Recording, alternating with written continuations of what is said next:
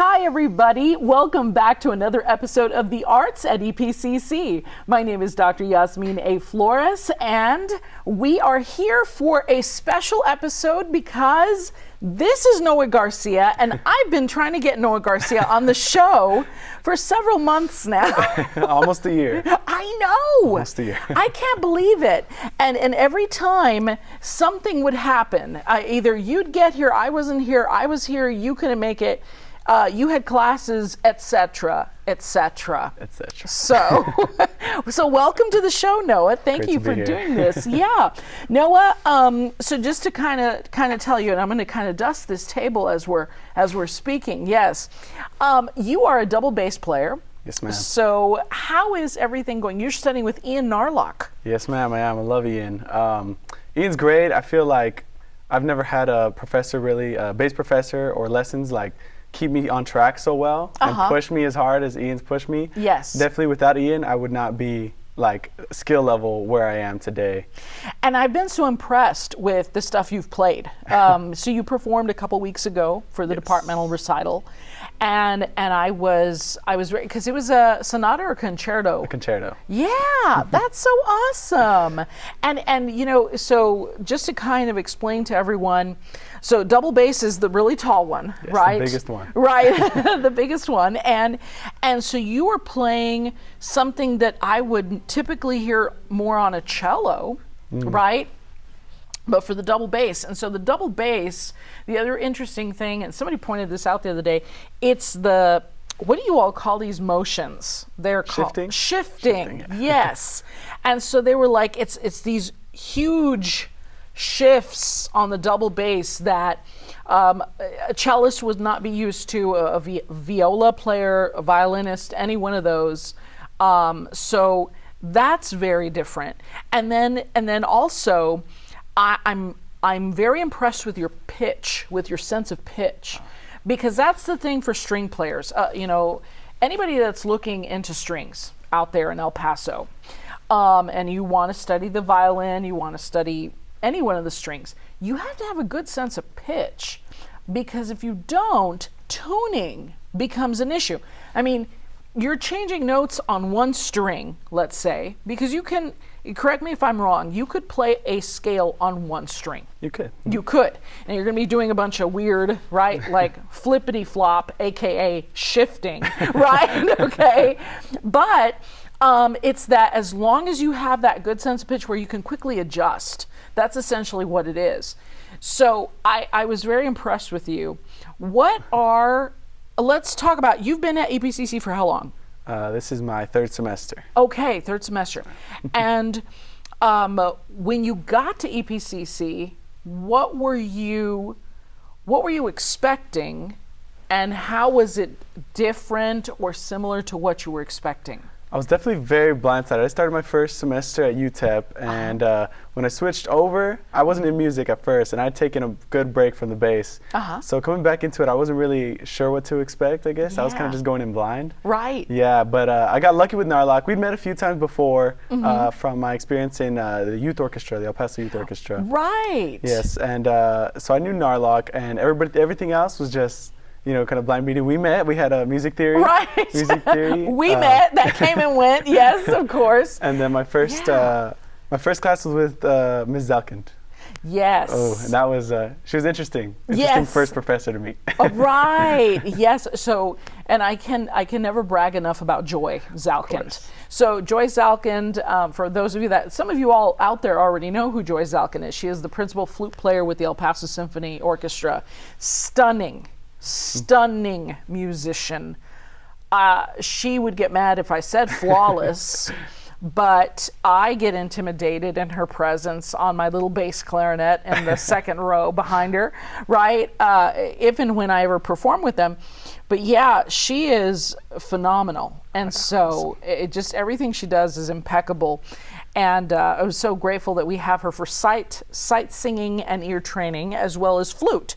So she teaches both at EPCC. So you had her for sight singing. It's my first class. It was very yeah. It's a wake-up call, right? And really she's very rigid but rightfully so. Rigid in a good way, very organized. I'm a little more scatterbrained. so it's so funny to see people's reactions, because it is like very polar opposite in that way. But she's just an absolute pleasure to have her on board. So you had sight singing, and then you had me for music theory, music appreciation. Have you done that? I'm taking that this semester. Okay, awesome. With Dr. Garola. Nice. Yes. Okay, very good. And so music appreciation. These are all courses on the music degree, the AA in music. Music appreciation for us is a precursor to our music lit, right? And so it's good that you have Dr. Garola, because she's the same person that teaches music lit at EPCC.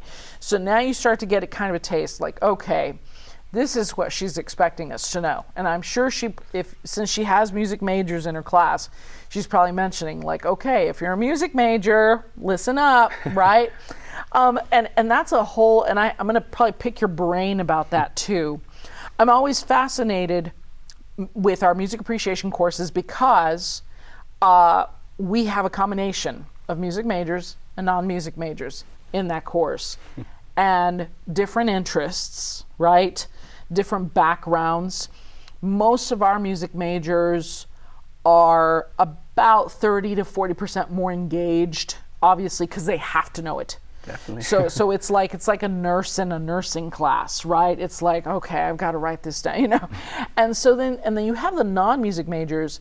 What do you feel? And some of them may be friends of yours, right? You have non-music major friends at the college. And so what do you feel engages them in those courses? They get a lot more focused when they get to hear stuff, when the music's actually playing, a lot more than just the talking about, you know, this is what this person did, this is what this person did, this is how this time works. A lot more when the music's playing, like, and a lot of times they'll hear stuff, there's stuff that's playing, they say, I've heard that in like a song I know now, you know, they learn that, you know, most of the stuff that comes out today is based off of super old stuff. Yes, exactly. And we talked a little bit about Maroon 5 the other day and the Pachelbel's Canon. So if you're not familiar, go listen to Pachelbel's Canon, right? Which you hear at every wedding. Usually it's like the bridal entry music, for lack of a better term. So Maroon 5 took that and what song is it? Don't tell me. Here's to the ones that we got. Yes. Yeah, that's it. And that's all you can sing because of copyright. That is my bad, you're my right, bad. Yeah, you are limited to, I think it's like 5 seconds or less, and it might be less than that. But yes, that's the one. And what's funny about it, not only did he take the bass line, which that bass line is used left, right, and sideways, right? But then he turns around, he copies the violin part. And it's like, oh, come on. You know, like you put no thought to this whatsoever. No offense to Maroon 5. You guys are great, right? In case they watch the show. So you're telling me some interesting things. I find, and I had this, I wouldn't say argument, but it was a student that we went over John Cage and George Crumb. And we get to that, and we're listening to John Cage and the famous 4 minutes and 33 seconds, if you're familiar with that. It's okay. I can demonstrate a bit of 4 minutes and 33 seconds for you. It is silence. It is silence for 4 minutes and 33 seconds.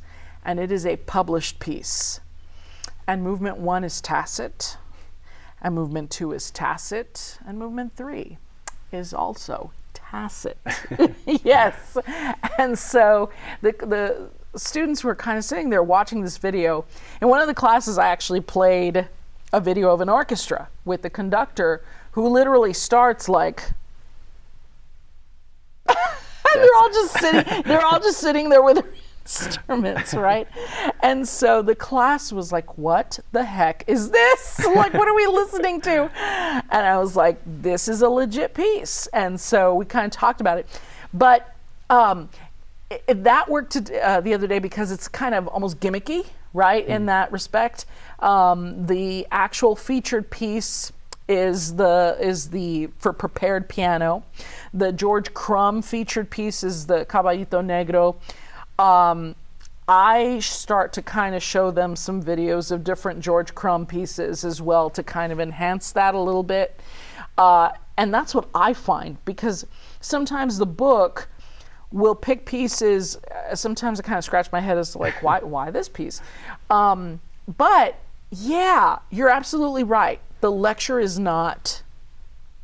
It's not really there anymore, yeah. No, yeah. And the students are not, they don't care that Tchaikovsky was born in 1840. So that's okay. So I'm going to kind of pick your brain a little bit. Music Theory 1, while I'm picking your brain. Music Theory 1, you kind of eased through that course. You coasted very nicely through that course. How long had you been playing double bass? I started my 6th grade year. I actually wasn't even supposed to be in anything. My aunt, her name is Elizabeth Carson, and she teaches around the city. Mm-hmm. She ended up getting sent to the school I was going to in 6th grade. Mm-hmm. I had no intentions of playing, and she says, "You're signing up for my class." And I got signed up for the class. I ended up playing double bass, and so yes, in 6th grade. But she was always a little harder on me, and she always taught me a couple more things than the most kids got to know. Right. Just because, she wanted me to succeed a little more, I guess. How awesome! That's very good. And so you had this great early instructor, and that's always helpful. I did too. My first band director was a clarinet player, and so of course, she was very finicky with the clarinetists, like, don't do this, don't do that. The brass was like, yeah, you guys are fine. Who cares, right? But yeah, so that's very interesting. And so you played since 6th. Since 6th grade. Oh, nice. Did you do lessons in high school? I did not, actually. I did a lot of lessons throughout middle school. Mm-hmm. Candace Fletcher was my private teacher up until then. High school, I kind of really just floated. I was really on my own most of the time. Okay. Which was good in the sense I got to learn a lot about my own playing and like how to figure things out on my own. I mean, I went through 4 solos for solo and ensemble that I had to pick apart all by myself, and YouTube videos, but nobody to really instruct, I guess. That's awesome. Did you do region? Yes, ma'am. I did every year. Region, and did you make it to state? I never made it to state. Okay. I was always top group in the city, and my senior and junior year I was alternate. Oh, nice! So you're almost there. That is very good, especially on strings. Yeah, because it's like flute, it's like trumpet, it's like saxophone, where it's like there's so many of them, and so the fact that you made alternate is really awesome. So. That's kind of telling me a little bit. So, and I love that you said you did not take lessons in high school. I went to high school myself with a gentleman my age now, but a young man at the time who didn't do lessons, and the rest of us were all on lessons, right? This kid made state without lessons. And I remember going like, are you kidding me right now? What's happening? Right? I'm over here paying $100 a month so that I can try to get into, make the top band, et cetera, et cetera. And so, but he was just a really smart guy. Are you strong in math? In math, I'm not. I'm not. Okay. Interesting. What are your strong subjects other than music? English and science are definitely where I peak the most. I peak the most a lot in those two. Science has math. It does, a little bit of math, but I find it's a lot easier than the complicated formulas and everything. Interesting. Okay. So you said science, and so that's what I figure a lot of the strong musicians have either a strong background in math or in science, and so certain things come pretty easily because especially music theory, it's very logical, right? Yes, it is. How do you memorize stuff? Oh man, for me, a lot of times I hear students struggling with like chords, remembering chords, the progressions and everything. Mm-hmm. For me, I play a lot of piano on the side, so I will learn the songs that I like, and I'll look up online. There's a little app I have where I can say, oh, you know what, I love this one song. Let me type it in. I'll look it up and it says, okay, here are all the chords. So then I know every single chord. If you give me a note, I can play the minor, the major, the diminished, the augmented, all chords just because I see it on here. Yeah. And it takes a lot of time. I mean, I've been doing it for a long time, but. Oh, that's awesome. How long have you played piano? I've always just picked at it, really. Okay. I wouldn't say until I took piano at EPCC with Dr. Mesa that I really started getting a lot more into it, I guess you'd say. Oh, wonderful. Yeah, and there's another wonderful person, Dr. Mesa, who teaches piano at EPCC as well. Many of you here locally know Zeke Mesa and have heard him perform at UTEP, at EPCC, UIL. Oh, my goodness. and so he's been here for a long time, too. And he's just one of those cornerstones that everybody knows him because we have so few pianists in the city that you can call up and say, I need somebody for this Saturday, right? That's very true.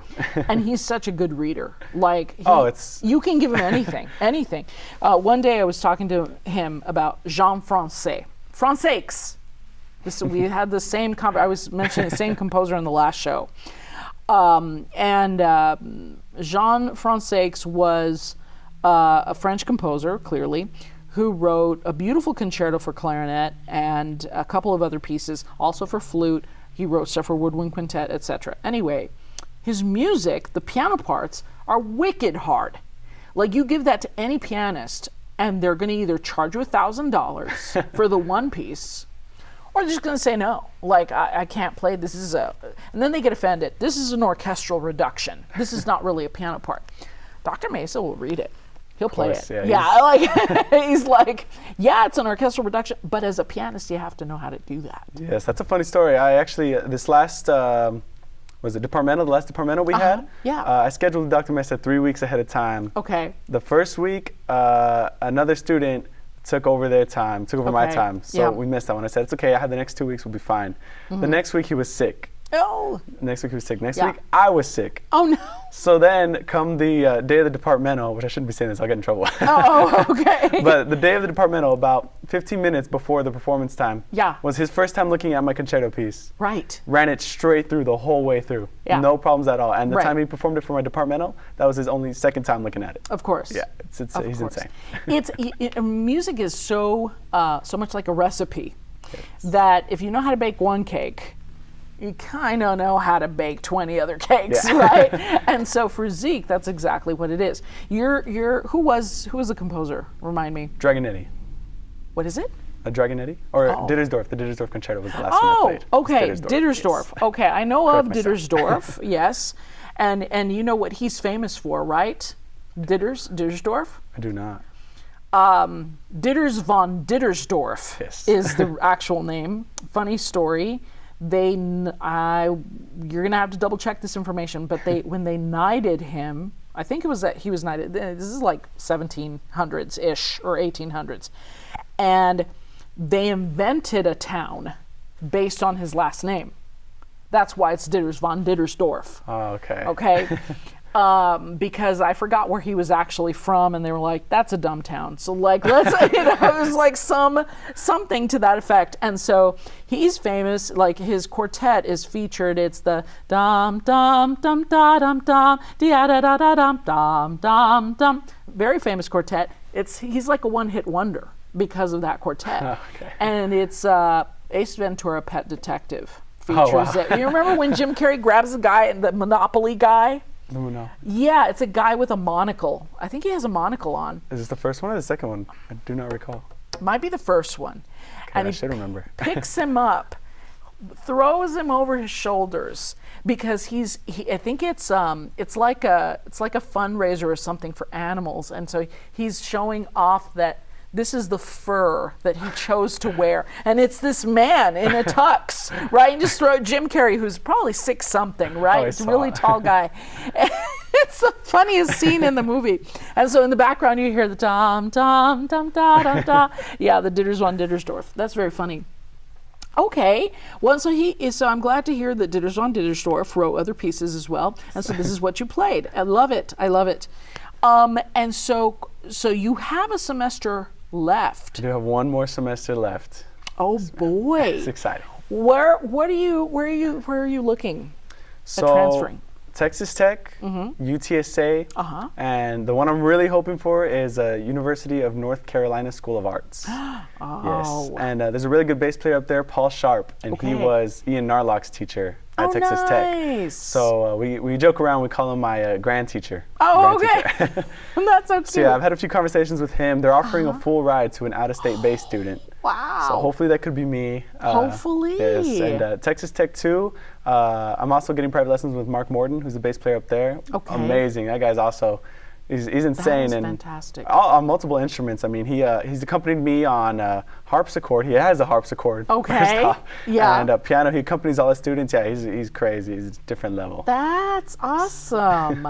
Well, I'm so happy for you, and I hope that you do get one of these places secured, because that would be incredible, and you deserve it. I mean, whenever our first day of class, usually takes me 2 or 3 sessions with a class to pinpoint the ones that are strong in theory, and then just kind of gradually down from there, and so I can usually tell right away, like, okay, this one. And then there's some that are strong performers, right? Like, you hear them and you're like, oh my gosh, yes, right? And you're like, wow, like, why are you not featuring yourself on YouTube, and you have your own YouTube channel? And so I kind of wonder, but then they're not as strong at reading, right? And then there's some people that are totally new to it. There's some folks that are anticipating our AAS degrees in the music technology, right? And so they're wanting to be more the producers, the background folks, which is really awesome. But sometimes, the training they're all new to music entirely. Yes. And so, you're making that face like, yes, because, so funny story, I have to tell you this. I was in class teaching. I was wrapping up. I was picking up all my stuff, and one of my students comes up to me, this is yesterday, and the 2 music majors in my class were still sitting there. And she walks up and she's like, Dr. Flores, I was thinking, just like for fun, I want to take music theory. And the 2 music majors grabbed her, and they were like, look at me. Like, don't do it. Don't do it. Just because if you're a non-music major and you're coming from music appreciation, which is like, let's compare it to food. Music appreciation is like an hors d'oeuvre. It's like, I don't know, like a little Triscuit cracker with a little bit of ham and smoked Gouda, right? With maybe a light little sauce on top, some bacon sprinkles, just something scrumptious and tasty. Yes? And music theory is like lamb, like a lamb chops. It's like an intense, it's not just a salad, it's not a chicken Caesar, it's like lamb chops, something that's gamey, that's like intense, right? And so that's my comparison, if I had to compare it to food. And so she just, and we would love to have everyone, but your schedule, oh yes, that's the biggest one. So that's another question that I'm going to pick your brain on. Theory was probably somewhat easy for you. How much time did you allot in your schedule to go over the book, or were you one of those that you just basically got it from class? I got it from class. Yeah, Okay. I got it from class. Okay. During work, we had a lot of free time. I would do my homework and stuff. Yeah. I'd say Theory 1 was definitely, I didn't really have to step outside the classroom. Okay. Past Theory 1, that's when I really had to, that's when I was like, okay, this is pretty hard. Yes. This is real. Yes, exactly. That's hilarious. Yeah, and so you're absolutely right. Music Theory 1, just to kind of help everybody understand, goes from scratch, from the beginning, which is, this is a staff, this is the treble clef, this is the bass clef, these are the notes, scales, major, all 3 forms of the minor, chords, and then a little bit of harmonic progressions, and then we're done, right? We call it a day. We end with cadences and just kind of do short phrases, and it's all well and cute, right?